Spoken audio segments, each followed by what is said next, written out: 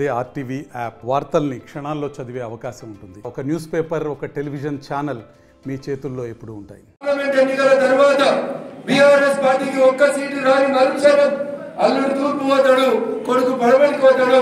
BRS party అనేది అందుకని నడవబుద్ధి కాకుండా లేచే పరిస్థితి ఉన్నా లేకున్నా మెల్లగా నల్గొండకు పోతాడట. ఎందుకు? నీళ్లు పోతున్నాయట. సారీ, ఏడికి పోతున్నాయి నీళ్లు? ఫామ్ హౌస్కి పోతున్నాయా? కొండపోచమ్మ సాగర్కి పోతున్నాయా? రంగనాయక సాగర్కి పోతున్నాయా? నీళ్ళట ఆంధ్రలోకి పోతున్నాయని 10 ఏళ్ళకి ఆయనకు వచ్చినాయి కేసీఆర్ అనేటోనికి.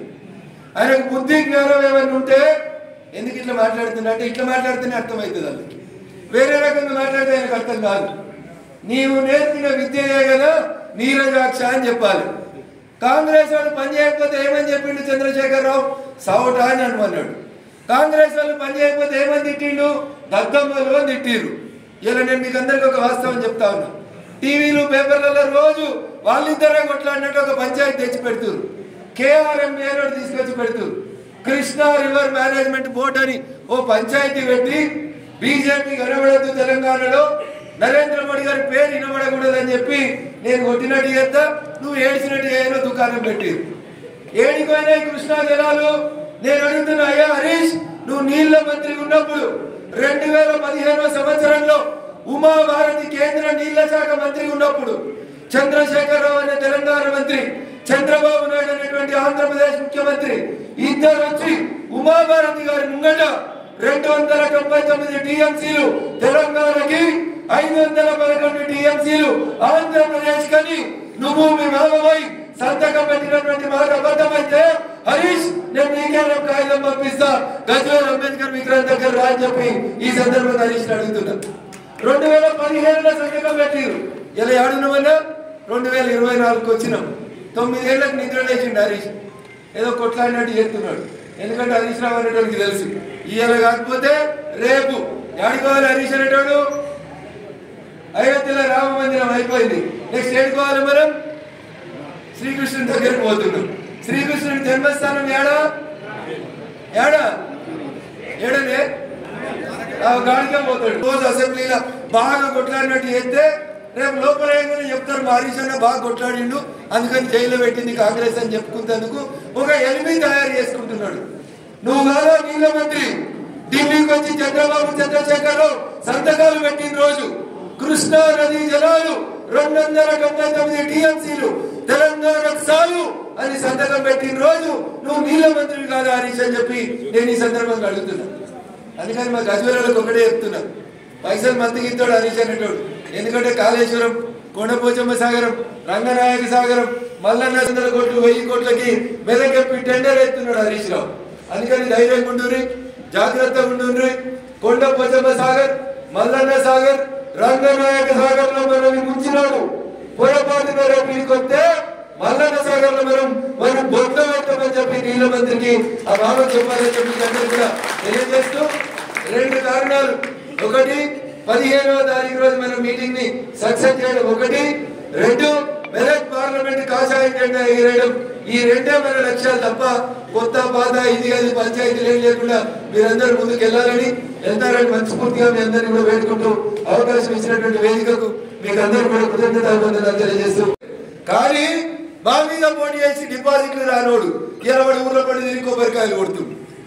ఒక్కొక్క నియోజకవర్గానికి నరేంద్ర మోడీ గారు ఈ ఆర్థిక సంవత్సరానికి 7 కోట్ల రూపాయలు ఎన్నో 3 కోట్లు పోటీ చేసి ఓడిపోయినోడు సంతకం పెట్టాలట. ఎన్నుందా చెప్పుకుంటాను.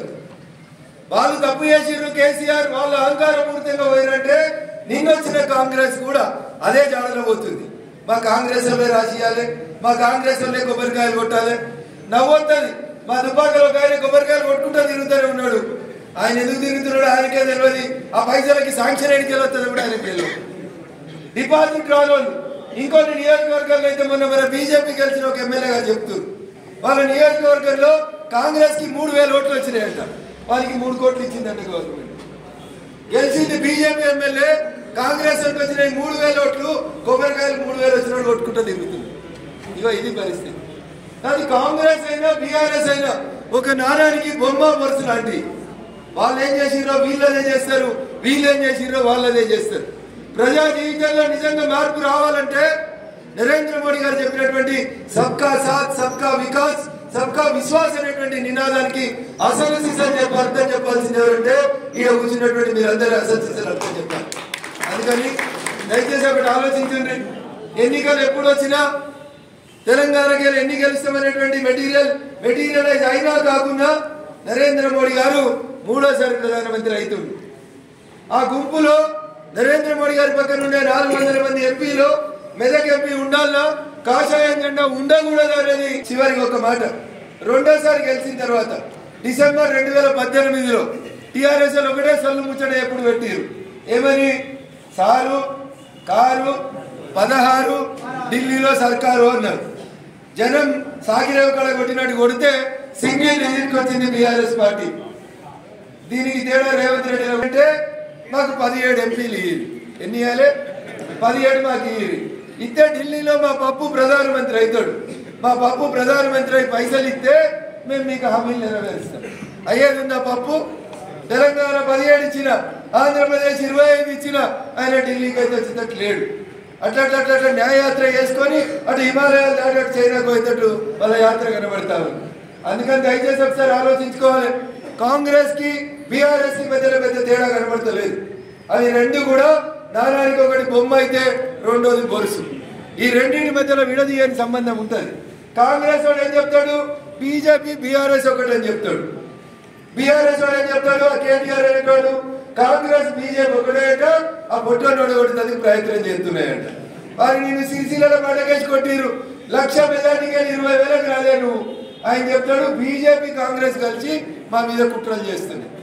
రేపు ఆడిపోతున్నాడు కేసీఆర్ నల్లగొండ పోతాడట. మరి పోతాడో పోడో నాకు తెలియదు. తుండిరి నడుమిరి నంచం మీద పడ్డాడు కదా, పోతాడో కూడా నాకు తెలియదు కదా. దుకాణం పెట్టిరు. పార్లమెంట్ ఎన్నికలలో 1 2 గెలవకపోతే ఆయన ఇజ్జత్ పోతుంది. ఈడికే మాజీ మేయర్ పోయిండు, మాజీ డిప్యూటీ మేయర్ పోయిండు, 16 మంది ఎమ్మెల్యేలు గోడ మీద ఉన్నారు. కరెక్ట్. ఎప్పుడు ఎలక్షన్లు అయితే పార్లమెంట్ అప్పుడు దుంకుదామని. కాబట్టి పార్టీ ఉంటుందో ఉండదో 1 2 గెలవాలని కొట్లాడుతుంది. నేను చెప్తా ఉన్నా, జోస్యం చెప్తలేను, వాస్తవం చెప్తా ఉన్నా. చంద్రశేఖరరావు గారికి భవిష్యత్తు కనబడుతుంది.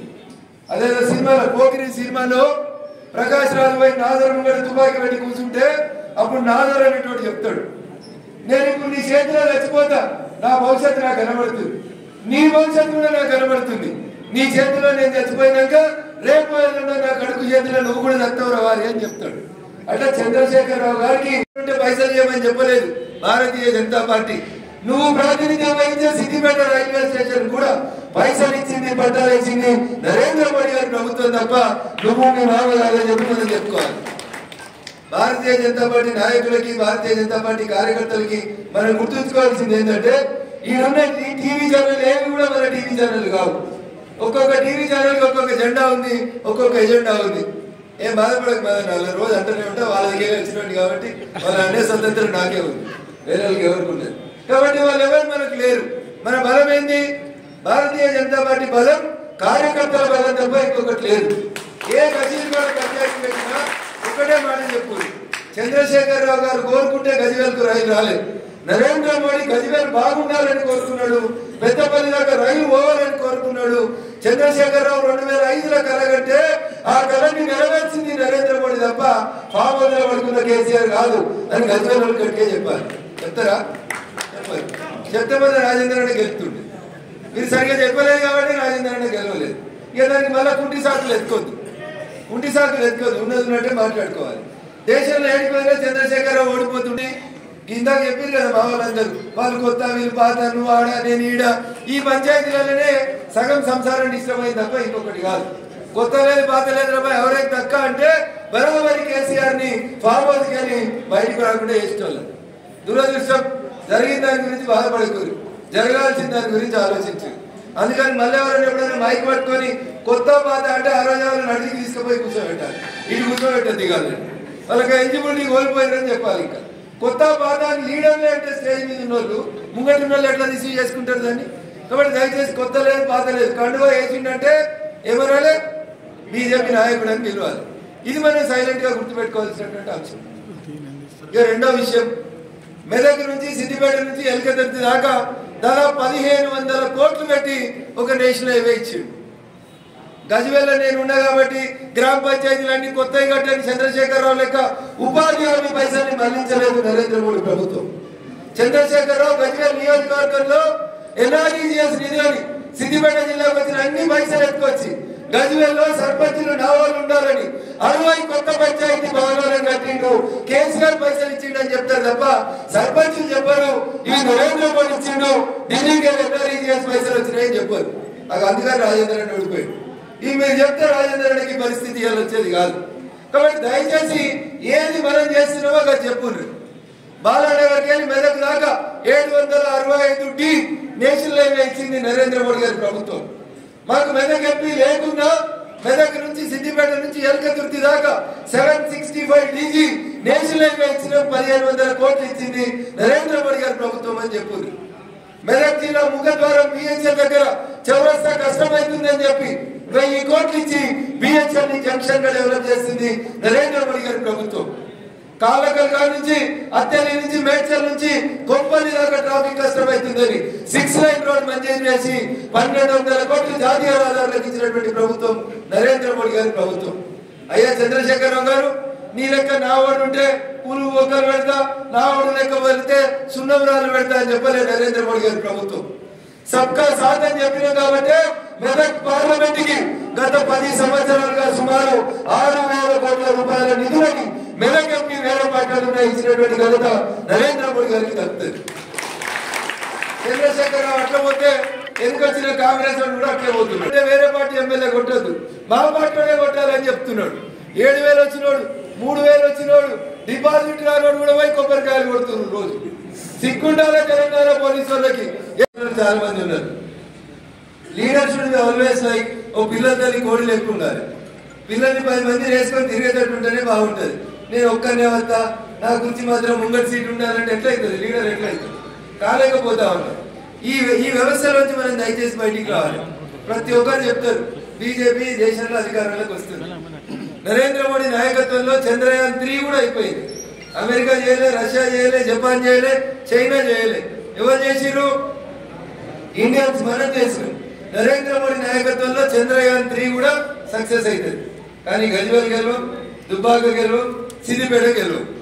ఎందుకంటే నాకిస్తే గెలుస్తాం, నీకిస్తే నేను పని చేయాలి. ఈ పంచాయతీ నుంచి మనం బయటికి రావాలి. This was the Congress culture. ఒకప్పుడు ఇది కాంగ్రెస్ పంచాయతీ, పీతల పంచాయతీ ఎప్పుడున్నా ఒక బకెట్లో 10 పీతలు వేస్తే ఒక్కటి కూడా బయటకు 10 రోజుల దాకా ఉంటుంది. సో ఆ పంచాయతీ, ఆ కల్చర్ భారతీయ జనతా పార్టీలోకి రాకుండా మనం అందరం చూసుకోవాలి. అందరం గుర్తుపెట్టుకోవాల్సింది, మనందరం పనిచేసేది కాషాయ జెండా కోసం పనిచేస్తున్నాం, కమలం గుర్తు కోసం పనిచేస్తా ఉన్నాం తప్ప ఇంకొక దానికోసం కాదు. ఇక్కడ కూర్చున్న వాళ్ళు ఎవరు ఓటేసినా ఓటేయకున్నా, ఎవరికి ఇష్టం ఉన్నా కష్టం ఉన్నా 400 సీట్లతోటి 3వసారి నరేంద్ర మోడీ గారి దేశానికి చెప్పిన దోషం కాదు. భారతీయ జనతా పార్టీ అంటే ఇష్టం లేని బార్కా దత్ ఇండియా టుడే టీవీ పెట్టుకున్నా, రాజీవ్ సర్దేశాయిని విశ్లేషణ చేయమన్నా ఏం చెప్తున్నారు దేశంలో అంటే నరేంద్ర మోడీ 3వసారి దేశానికి ప్రధానమంత్రి అవుతుంది.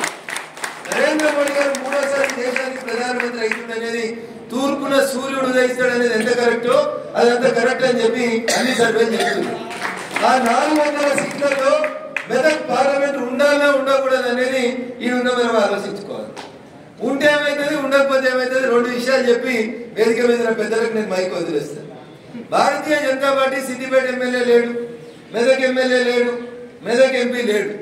కానీ 10 సంవత్సరాల్లో నరేంద్ర మోడీ గారు మెదక్ పార్లమెంట్కి ఏం చేసిరు? ఈ 2 మాటలు చెప్పుకుని చాలు. చంద్రశేఖరరావు రెడ్డి ఆయన 2004లో కాంగ్రెస్ తో పొత్తు పెట్టుకొని యూపీఏలో కేంద్ర మంత్రి ఉండి తుగ్లక్ రోడ్ 23 బంగ్లాలుండి 24 బంగ్లాలున్న లల్లు ప్రసాద్ యాదవ్ ని ఒప్పించి మనోహరాబాద్ దగ్గర నుంచి పెద్దపల్లికి రైల్వే లైన్ వేస్తామని 330 కోట్లు రైల్వే బడ్జెట్ 2005లో ప్రకటిస్తే కనీసం 2005 నుంచి 2016 నరేంద్ర మోడీ గారు ఇక్కడికి వచ్చి మిషన్ భగీరథ కార్యక్రమానికి శంకుస్థాపన చేసేదాకా తట్టడి మన్ను తీయలేదు గజ్వేల్ రైల్వే స్టేషన్ కోసం. Gajwel MLA, Dubbaka MLA, Siddipet MLA ఎవరు బీజేపీ లేరు. నరేంద్ర మోడీ గారు 2016కి వచ్చిన రోజు. కానీ ఈ ప్రాంతం బాగుపడాలంటే సిద్దిపేట జిల్లా ప్రజల ఆకాంక్ష, మెదక్ జిల్లా ప్రజల ఆకాంక్ష ఇక్కడికి ఒక రైలు రావాలని చెప్పి మా పార్టీలో లేకున్నా మనోహరాబాద్ దగ్గర నుంచి గజ్వేల్ నుంచి సిద్దిపేట నుంచి సిరిసిల్ల మీదికి పెద్దపల్లి దాకా రైలు ఇస్తాయని శిలాఫలకం 2016 లేచి 2023లో గజ్వేల్కి రైలు ఇచ్చింది నరేంద్ర మోడీ గారు తప్ప చంద్రశేఖరరావు గారు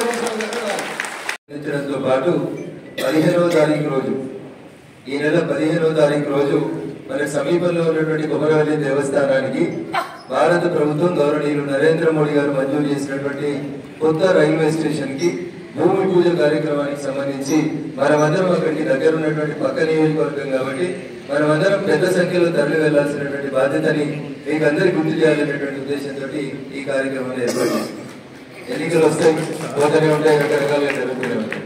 నాకంటే ముందు మాట్లాడినటువంటి అనేక మంది మిత్రులు కొత్తోళ్ళు అని మాట్లాడుతూ ఉంటారు. నాదొక విజ్ఞప్తి దయచేసి నాయకులు ఎవరికైనా మైక్ పట్టి మాట్లాడేటువంటి మిత్రులందరికీ కూడా ఏ రోజైతే నీ పార్టీలోకి వచ్చి నీకు కండువా కప్పుకున్నాడో ఇంకా కొత్త పాత అంటే ఏముండదు. భారతీయ జనతా పార్టీ నాయకులని మాట్లాడితే 6 నెలలు అయిపోయి ఎలక్షన్లు అయిపోయి 3 నెలలు అయిపోయి ఇంకా కొత్త నాయకుడు ఏముంది. కొత్త లేదు పాత లేదు. కండువా వేసుకున్న రోజే ఆయనే బీజేపీ నాయకుడు అవుతాడు. కాబట్టి భారతీయ జనతా పార్టీ నాయకులని వాళ్ళని కూడా కొంచెం గౌరవించుకుంటే ఇంకా ఈ గ్యాప్ ఉండేది. మీరే మైక్ కొట్టిన వాళ్ళ కొత్త నాయకులు పాత నాయకులు కొత్త తరం పాత తరం కొత్త పాత ఏమి ఉండదు. దయచేసి కండువా వేసుకున్న వాళ్ళంతా మనోళ్ళే. రేపు వచ్చి ఇప్పుడు జాయిన్ అయిన వాళ్ళు కూడా మనోడే వస్తాడు. కొన్నిసార్లు ఇప్పుడు జాయిన్ అయిన వాళ్ళు కూడా యూనిఫామ్లు వస్తాయి.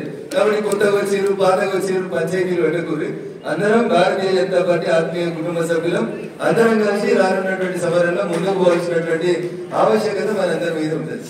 కాబట్టి కొత్త తరం పాత తరం కొత్త నాయకులు పాత నాయకులని మీరే గీత గీసి వాళ్ళని అటు కూర్చోబెట్టి వీళ్ళని ఇటు కూర్చోబెట్టి పంచాయతీ పెట్టకూడదు. దయచేసి అందరం భారతీయ జనతా పార్టీ నాయకులు ఒక కుటుంబ సభ్యులుగా ముందుకు పోవాల్సినటువంటి అవసరం.